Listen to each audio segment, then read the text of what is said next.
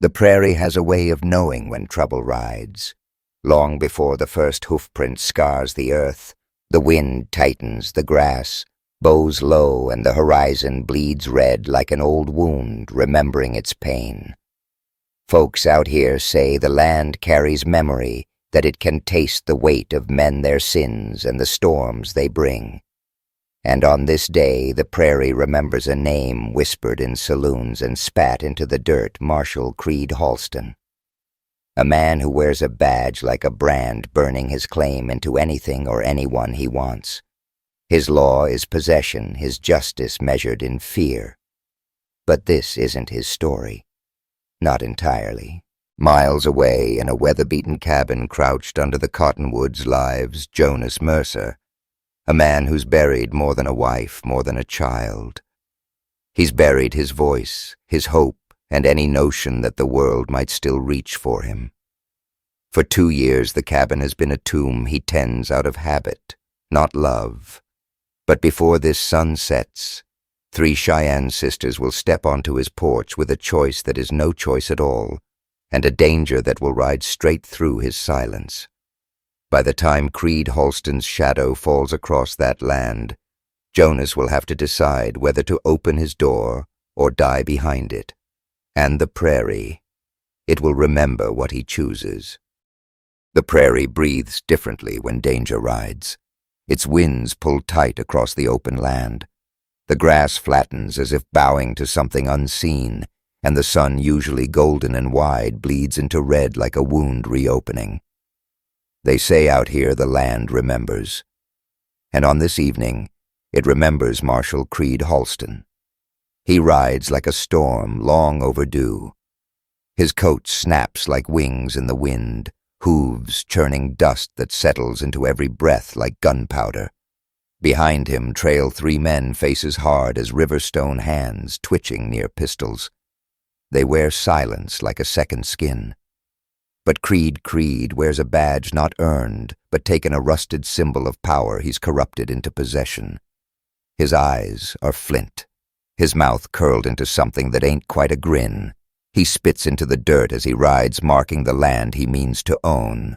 This time he's not just after territory or cattle, he's after something human, something breathing. Chan. Miles away, a cabin crouches low at the edge of an old cottonwood stand, weather-beaten and stubborn as the man who built it. Jonas Mercer wakes before the sun cracks the sky, same as always. His boots land heavy on the pine floorboards.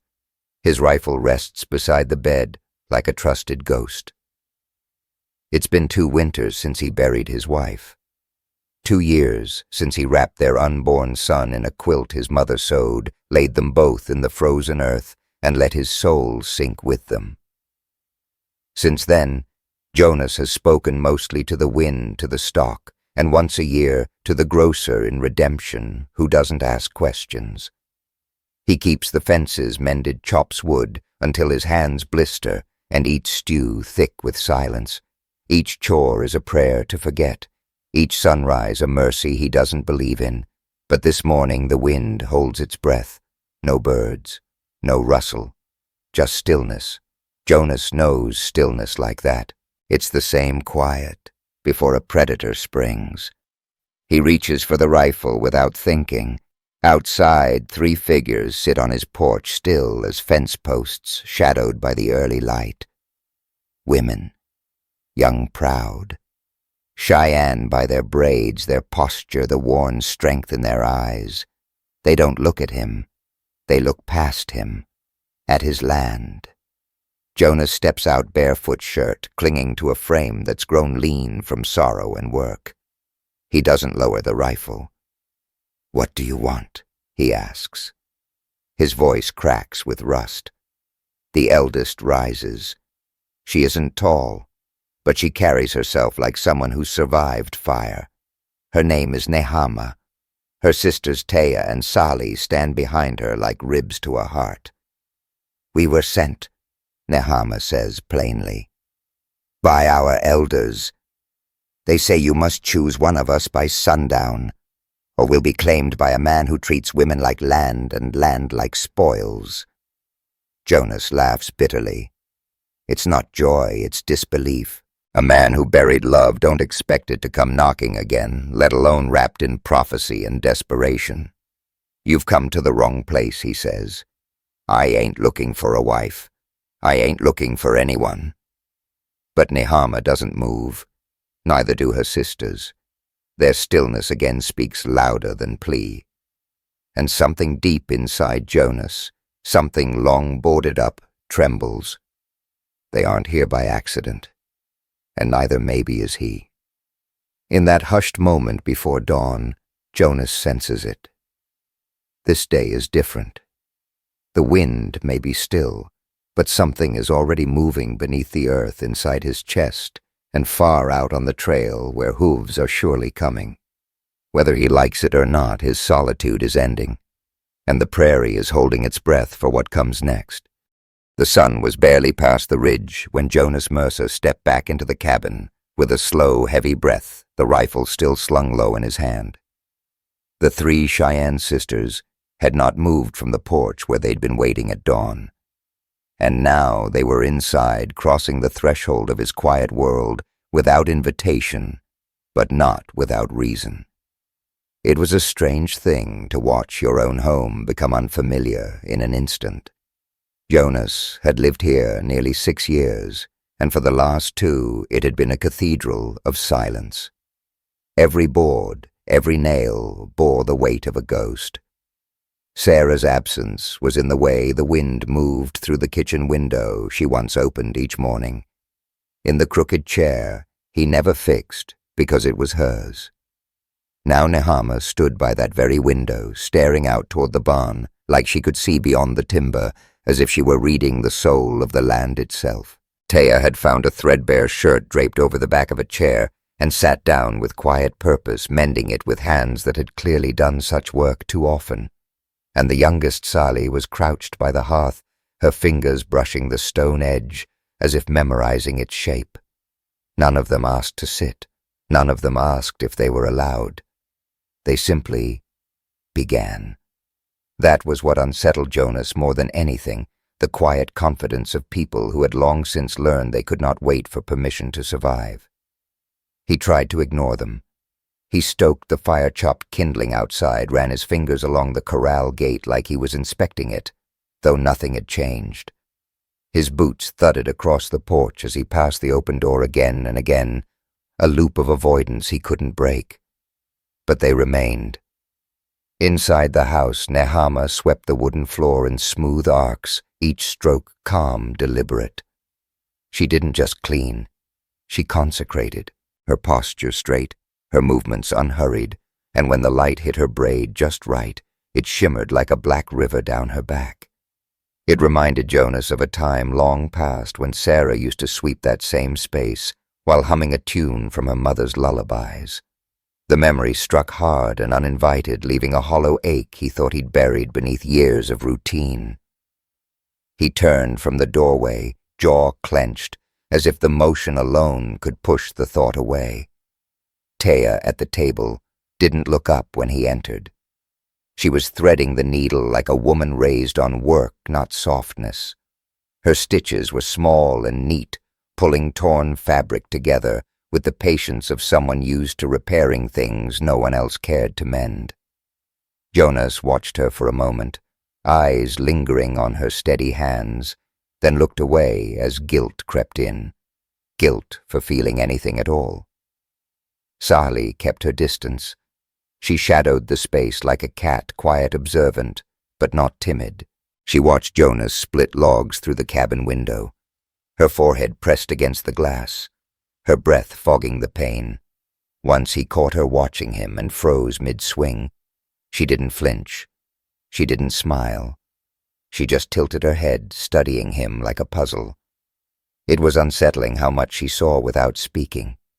He busied himself that afternoon as he always did when the silence inside got too loud. The chickens needed checking. The fence along the south pasture was due for reinforcing. He worked longer than usual, stretching the daylight like taffy, hoping they'd get the message and leave.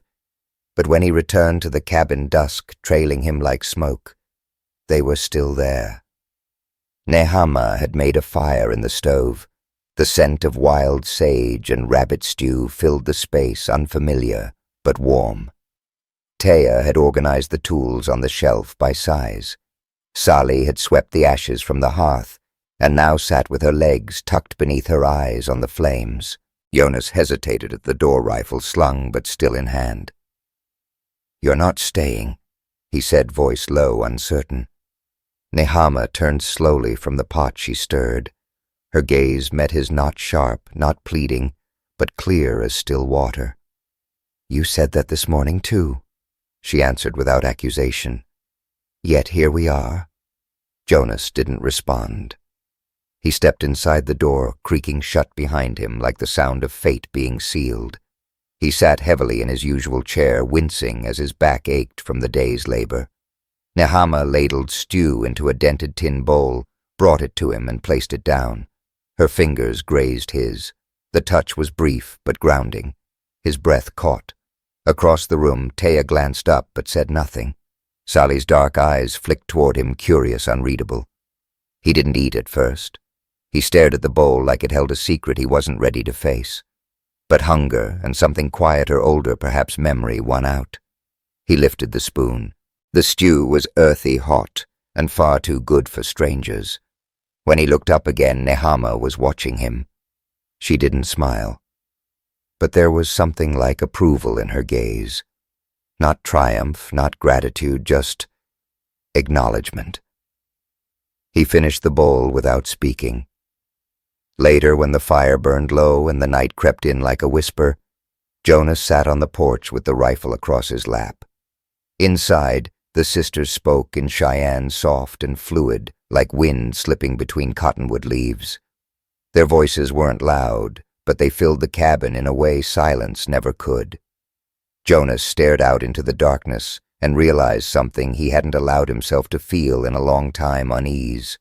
Not at them, but at himself. Because for the first time in years, he wasn't sure if he wanted to be alone anymore. And that truth was more terrifying than any gunman on the horizon. Evening rolled in on a wind that felt too quiet, as if the prairie itself had paused its breath. Jonas Mercer leaned against the barn door, his side aching from the day's labor, though he hardly noticed the pain. His thoughts had grown louder than his body, louder, even than the cicadas that buzzed in the dry air. Inside the cabin, shadows moved softly, the sisters making use of space that once belonged to no one but grief. He hadn't invited them, hadn't welcomed them, but neither had he forced them out.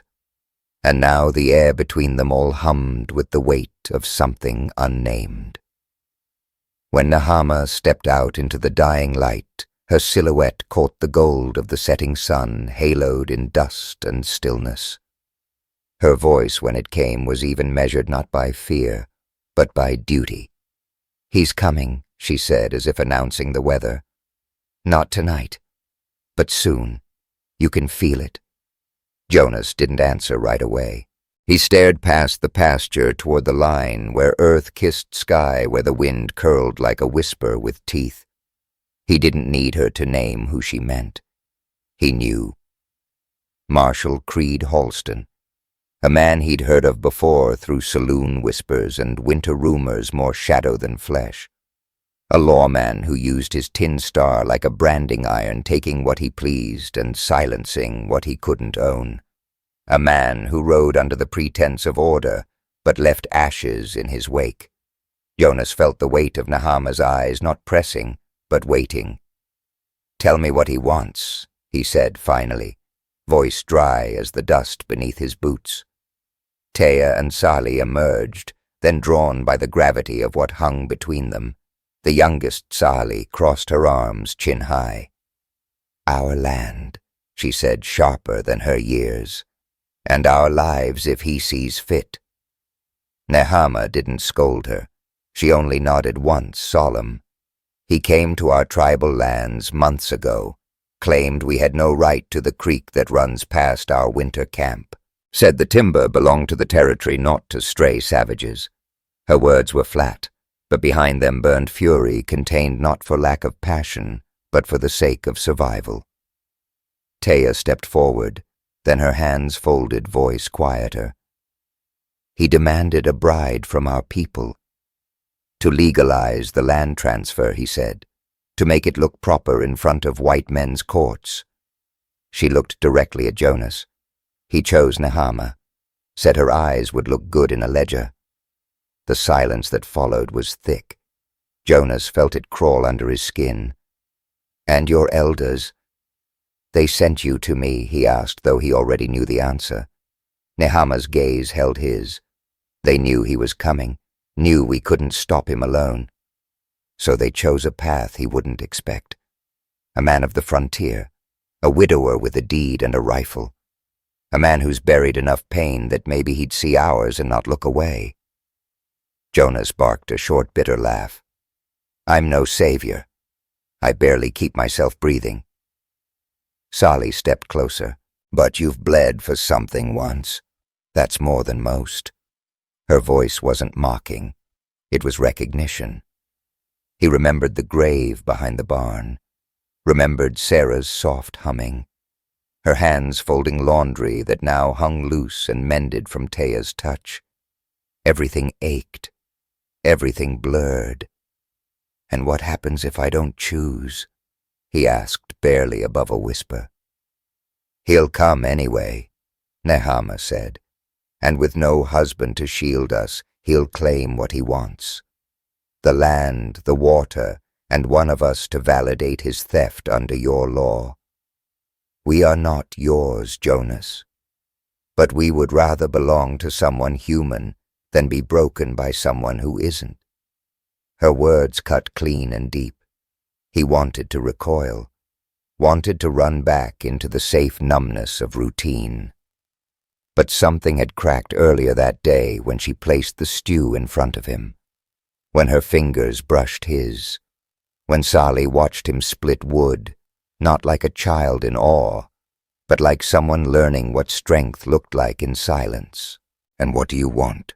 He asked finally, looking at Nehama, not as a burden, but as a woman standing on the line between dignity and destruction. I want to live, she said simply, and I want my sisters to grow into themselves without fear. If that means I become your wife by name, then so be it. But I won't lie in your bed unless trust lives there too. It was not a plea. It was a pact. Taya nodded. We didn't come for a man. We came for a chance. Sally added quieter now, and maybe for someone who won't flinch when fire comes. Jonas looked out again at the horizon. The sun was bleeding fast now, orange spilling into indigo. A coyote howled somewhere far off, its voice slicing through the quiet like a warning. In the distance, the prairie still held its stillness, but not for long. Something was shifting. He could feel it in the dirt, in his bones, in the way Nehama didn't beg and Taya didn't blink, and Sally, despite all her fear, stood with fists clenched and jaw set like a warrior carved from clay and willpower. He stood there, silent hands flexing at his sides. He didn't say yes, but he didn't say no. Instead he turned, stepped onto the porch, and sat with the rifle across his knees, eyes fixed on the darkening horizon. Behind him, the sisters returned to the cabin. But they left the door open, not by accident, but by belief. And though he didn't yet know what choice he would make when hooves finally thundered across that ridge, Jonas Mercer knew this much the moment for silence had passed. And when Creed Halston came, he wouldn't be greeted by an empty man anymore. The fire died slowly, hissing and choking as the sisters beat back the final flames with wet burlap sacks, buckets of well water, and bare determination. When the last ember gave in to the dark, what remained was a ruin laced with survival. The barn stood scarred, blackened, its rafters charred and sagging, but it stood. The land reeked of ash, gunpowder, and sweat. Smoke coiled through the cottonwoods like a memory too fresh to bury. Jonas Mercer lay beneath the porch awning shirt, soaked in blood, the left side of his ribs torn by a grazing round. His breath came shallow, quick, but he held onto consciousness like a man clutching the edge of a cliff. His vision blurred in and out, sometimes catching the stars above, sometimes the flicker of movement, moccasins in the dirt, hands pressing against his wound, voices that spoke his name like a thread, keeping him tethered to the world. Nehama worked silently. Her jaw clenched, the tattered scarf she'd torn from her own dress, soaked crimson. She pressed it into his wound with a steady hand, her fingers trembling only when she thought no one saw. "Breathe," she whispered again and again, her voice low, not pleading, commanding. Her other hand gripped his firmly. Jonas couldn't answer, but the warmth of her palm grounded him more than pain ever had. Inside the cabin, Taya moved with urgency. She cleared a place on the table, boiling water with a flint spark and an old kettle. The fire she lit was not for comfort now, but for healing a new kind of flame. She dug through a pouch of dried roots and leaves, mixing a poultice passed down by generations. Every motion bore purpose. Every breath was a prayer muttered through action. Sally fetched water with a rhythm that defied her small frame. Bucket after bucket, arms raw, cheeks streaked with soot. Her braid had come loose, whipping behind her like a black ribbon caught in wind, but she didn't pause. When she stumbled, she caught herself. When the bucket splashed, she cursed under her breath, then filled it again. No one asked her to do more, she simply would not do less. When they carried Jonas inside his boots, dragging in the dirt, his eyes barely open, it took all three of them to ease him onto the table. Nehama pressed a cool cloth to his forehead. Taya layered the poultice against the wound, and Sally, who had never tended a wounded man before, held his hand with fingers tight as a vice. His blood soaked their clothes, their skin the wood, but none of them flinched. As the hours passed, the house filled with silence again, not the hollow kind Jonas had once lived in, but a sacred, steady quiet. The kind made of breath and closeness of care, too deep for words. Outside the barn smoked but did not collapse. The corral was half gone, fencing splintered from bullet spray, but the horses huddled together near the stone trough, their flanks trembling, their ears flicking at every sound. The garden Sarah once kept was now a smear of soot and trampled stalks. The air smelled like scorched earth and change. As dawn crept in, a weak light traced the ragged edges of Jonas's jaw. His lips parted dry. Nehama leaned closer. "You're still with us," she said, and the corner of his mouth lifted just barely, a flicker of defiance or thanks or both. She smiled, but only briefly. There was no time for relief. Taya needed to forage for more willow bark, and Sally had seen movement near the trail, the glint of a mirror perhaps, or the flash of a stirrup. They weren't safe. Not yet. Not truly. But they had bought time. Nehama slept briefly curled on the floor near Jonas's side, one hand still touching his arm like her presence might keep death at bay. Taya kept the stove burning low, keeping water warm, drying strips of cloth by the edge of the fire. Sally climbed the barn loft alone that morning, peering out over the horizon with a spyglass they'd found buried in Jonas's tool chest. She didn't see riders, not yet, just prairie-wide and wind-worn, stretching like a held breath. By midday, Jonas stirred again. His chest ached with each breath, but he was aware now, truly aware. He tried to sit up, cursed softly, and was immediately met with Nehama's firm palm. "Don't be a fool," she said. "You bled enough for one day. You three saved the damn place," he rasped, voice like gravel soaked in smoke. "Didn't do it alone," Taya said from the stove. "You stood your ground when no one else would."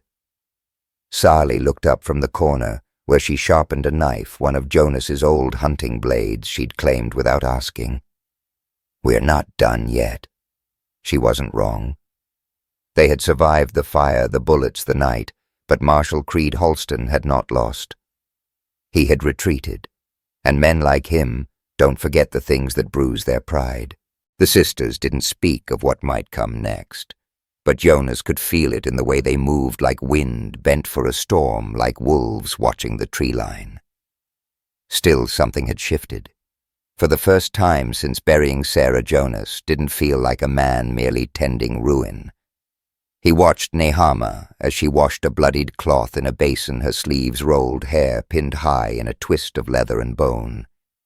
He watched Taya string herbs to dry above the hearth, her quiet efficiency filling the cabin with the scent of sage and mint. He watched Sally run a line of rope across the new fencing, teaching the horses to respect the boundary again. They weren't guests anymore. They were roots, moving through the house like they'd always belonged, not because they claimed it, but because they fought for it. As evening settled and firelight flickered against the cabin walls, Jonas sat propped on a stack of pillows, breath shallow, but steady. He looked around not at what was lost, but at what remained. A burnt barn, a broken fence, a body that ached with every movement, and 3 women whose hands had stitched not just his wound, but something deeper, something older. He didn't say it aloud. He didn't need to. His eyes met Nehama's and she nodded once, not in triumph, but in understanding. They were still breathing, still standing, and that for now was enough. The prairie did not forget what had happened. Neither did Jonas Mercer. Days passed, but the wind still carried smoke through the broken corral. Ash clung to the windowsills and fence posts like a warning written in dust.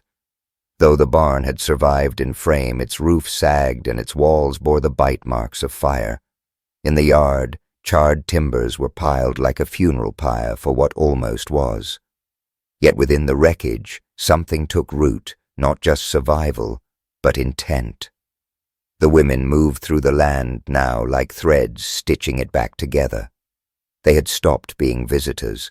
They were part of the ranch, part of Jonas. Nehama rose each morning before dawn, boots laced braid wrapped tight. She repaired what had burned with slow precision, her hammer strikes echoing across the property like a heartbeat reclaiming its rhythm. Her hands bore fresh blisters. Her voice when she spoke came soft, but carried the weight of someone who'd learned that real strength is quiet. Taya restored the garden behind the house. Where scorched stalks once curled into ash, she dug furrows with a short-handled hoe and calloused palms.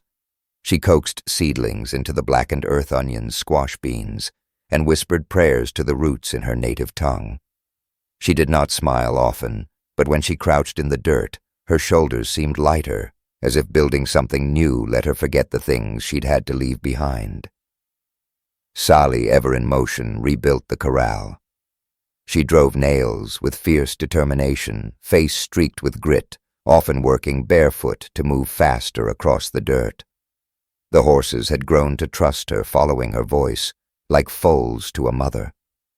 Sometimes she spoke to them as she worked, not in English, not quite in Cheyenne, but in the simple language of survival tone, rhythm, breath. Jonas watched all of this from the porch, propped against a cane he carved himself in the sleepless hours. His wound had begun to knit slowly and with pain. Every morning brought a new reminder of the cost, the scar across his side, the stiffness in his spine, but it also brought breath, and breath meant he was still part of the fight. And there would be another fight. He felt it like a storm gathering just beyond the hills, not in sound, but in pressure. A low hum beneath the soil, a shadow just out of reach. Creed Halston had vanished after the attack, but men like him didn't retreat out of fear. They retreated to reload, to plan, to strike harder. The thought haunted Jonas, not because he feared death, but because for the first time since burying Sarah, he had something worth protecting again. The house no longer felt like a tomb. The air inside carried life, Taya's quiet steps across the plank floor, Sally's soft laughter when she startled the hens, Nehama's voice low and steady as she read from an old book they'd found beneath the floorboards. It was a Bible half-burnt, the pages brittle. She read the Book of Ruth aloud once, just once, and then set it aside. her fingers brushing the cracked leather cover as if to say, "This is not our story, but some part of it fits." One night, as the sun bled out over the prairie, Jonas sat beside Nehama beneath the cottonwood. The tree's bark peeled like old paint, and overhead branches swayed like the hands of ghosts. He said nothing for a long while. "Then I don't know how to be anything but broken." She didn't look away. "Then be broken," she replied, "but don't be empty." He exhaled sharply like the words had struck bone. She turned to him. "You think we're here because you're strong. We're here because you're not. But you stood anyway." It wasn't a compliment. It was a truth, and it settled in his chest with a warmth he didn't recognize as hope until much later. That same night, Sally climbed onto the roof of the barn, lantern in hand. She said she wanted to see the world from above like hawks did. Jonas warned her the structure might not hold. She climbed anyway. When she returned, she told them she'd seen 4 riders in the distance far off, but moving slow. Not travelers, not merchants. Men who carried themselves like the land owed them something. The air went still again after that. Preparation began in silence. They didn't panic. They prepared. Taya sharpened hatchets. Sally reinforced the window shutters with broken planks from the ruined chicken coop. Nehama loaded the rifle the way Sarah once had, methodical, precise. Jonas dug into the old trunk beneath his bed and pulled out the scattergun he swore never to touch again. Its weight in his hands felt like judgment. Outside, the land changed. Coyotes stopped howling.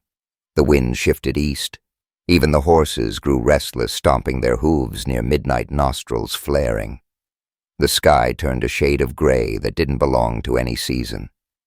It felt like the kind of sky that watched. The night before they expected riders, Jonas stood at the edge of the property with Nehama beside him. They stared at the barn, the cabin, the fence line. "Still think you're broken?" she asked. He didn't answer, but the way he gripped the shotgun said enough. Behind them, Sally was coiling rope. Taya smeared mud and ash in wide stripes beneath her eyes, old war markings from her grandmother's tribe. Not to look fierce, but to remember who they were. They didn't expect mercy. They didn't wait for it. That night no one slept. The moon rose late and red. The lanterns were doused, weapons placed within reach.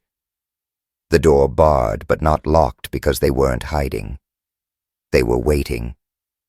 A family forged not by blood, but by choice. Broken things maybe, but not without fire. Not anymore. The night passed thick and silent, broken only by the occasional creak of wood or distant cry of a restless animal.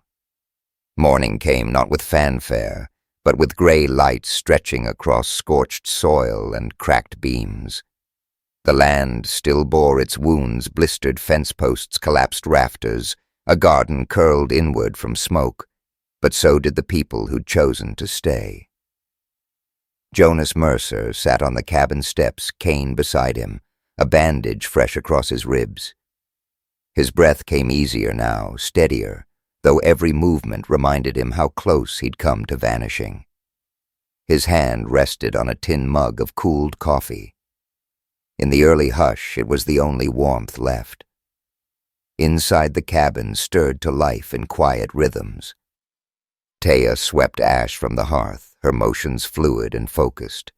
The war paint from the night before still smudged her cheek like a memory refusing to fade. She paused only to pour water over a patch of burned flooring and whispered something soft in her own language, maybe a blessing, maybe a promise. Sally was outside hauling a bundle of salvaged kindling in her arms, her braid twisted back, face flushed from the chill. She worked quickly, unspoken energy in every step. What once might have been nervous defiance had softened into something clearer now, purpose. And Nehama, strong, steady Nehama, was in the barn, examining the rafters with Jonas's old hammer in hand, measuring each splinter, not with panic, but with resolve. Where the fire had hollowed, she would rebuild. Where the land had buckled, they would coax life again. The ranch was no longer a place of memory alone. It had become something present, earned, fought for, scarred, yes, but still standing. Creed Halston hadn't returned. Not yet, but his shadow hadn't lifted either. Jonas knew that kind of man didn't ride off empty. He rode off calculating, waiting. The threat lingered like smoke that clung even after the fire died. But now, when Jonas looked at the women around him, when he heard the sharp bite of Nehama's hammer, the rhythm of Sali's boots on frost-hardened dirt, or the quiet strength of Taya, kneeling by stubborn roots in the garden, he felt something more than dread. He felt readiness. Not the kind that wore a uniform or held a title, the kind born from having nothing left to lose but each other, the kind that came from being knocked down and choosing again and again to get back up. For the first time in 2 years, Jonas didn't count his days by loss. He counted them by how many walls they'd patched, how many mornings Taya had coaxed green from ruined ground, how often Sali laughed mid-task like she'd never been hunted, and how Nehama each night before the lantern was doused would sit beside him in silence, not because she owed him comfort, but because they had learned to survive beside one another without having to explain the ache they carried. He hadn't asked for this. Neither had they. But somehow, through fire and blood, they had chosen to stay, to build, to remember, but not be ruled by what had come before. And in that choice, something sacred had taken root.